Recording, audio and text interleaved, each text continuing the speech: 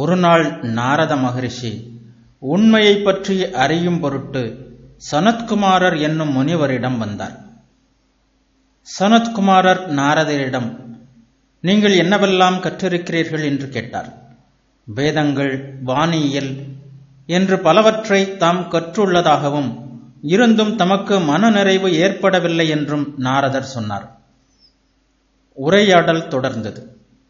அப்போது சனத்குமாரர், வேதங்கள், வானியல், தத்துவ இயல் இந்த அறிவெல்லாம் இரண்டாம் பட்சமானவை.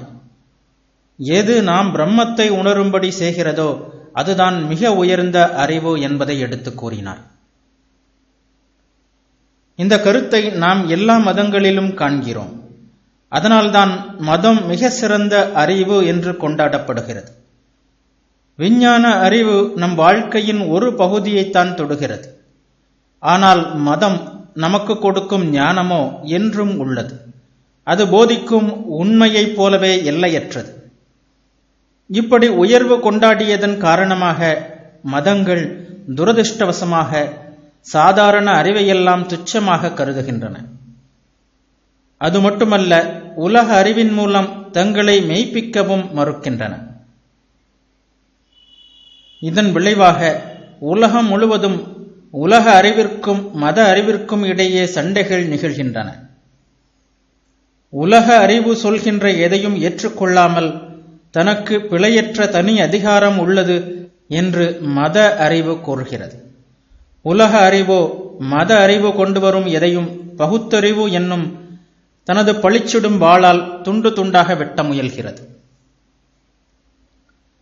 இந்த சண்டை எல்லா நாடுகளிலும் நடந்தது, நடக்கிறது.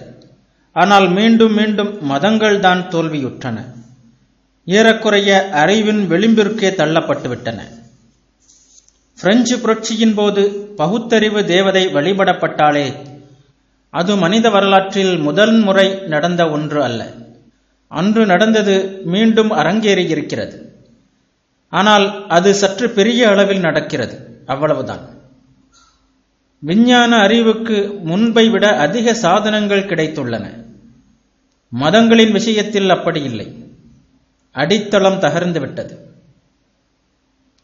இன்றைய மனிதன் வெளியே என்ன சொன்னாலும் சரி, தன்னால் இனி எதையும் நம்ப முடியாது என்று அந்தரங்கத்தில் அவனுக்கு தெரியும். புரோகிதர் கூட்டம் நம்ப சொல்வதாலோ சில நூல்களில் எழுதப்பட்டுள்ளது என்பதற்காகவோ தன்னை சேர்ந்தவர்கள் சொல்கிறார்கள் என்பதற்காகவோ எதையும் நம்புவது தற்கால மனிதனுக்கு இயலாத காரியம். எல்லோரும் நம்புவதை மறுப்பின்றி ஏற்றுக்கொள்கின்ற பலர் இருக்கத்தான் செய்கிறார்கள். ஆனால் அவர்கள் சிந்திப்பதில்லை என்பது நமக்கு நிச்சயமாக தெரியும். நம்பிக்கையை பற்றிய அவர்களின் கருத்தை சிந்திக்காத அக்கறையற்ற தன்மை என்று மொழிபெயர்க்கலாம். மதத்தின் எல்லா கட்டிடங்களையும் தகர்க்காமல் இந்த சண்டை தொடர்ந்து நடக்க முடியாது. இதை தீர்க்க வழி உள்ளதா என்பதுதான் கேள்வி. இன்னும் தெளிவாக சொல்ல வேண்டுமானால், மற்ற விஞ்ஞானங்கள் பகுத்தறிவு முறையில் நிரூபிக்கப்படுவது போல் மதத்தை நிரூபிக்க முடியுமா என்பதுதான் கேள்வி. விஞ்ஞானம் மற்றும் புற அறிவு விஷயங்களில் நாம் பயன்படுத்தும் அதே ஆராய்ச்சி முறைகளை மத விஞ்ஞானத்திலும் பயன்படுத்த முடியுமா? என் கருத்துப்படி இதை செய்யத்தான் வேண்டும். எவ்வளவு சீக்கிரம் முடியுமோ அவ்வளவு சீக்கிரம் செய்வது நல்லது. இத்தகைய ஆராய்ச்சியால் ஒரு மதம் அழியுமானால் இத்தனை நாளும் அது பயனற்றதாக இருந்தது என்றுதான் பொருள். அது வெறும் மூட நம்பிக்கை. எவ்வளவு விரைவாக அது ஒழிகிறதோ அவ்வளவு நல்லது. அத்தகைய மதத்தின் அழிவை விட சிறந்த காரியம் எதுவும் இருக்காது என்று நான் நிச்சயமாக நம்புகிறேன்.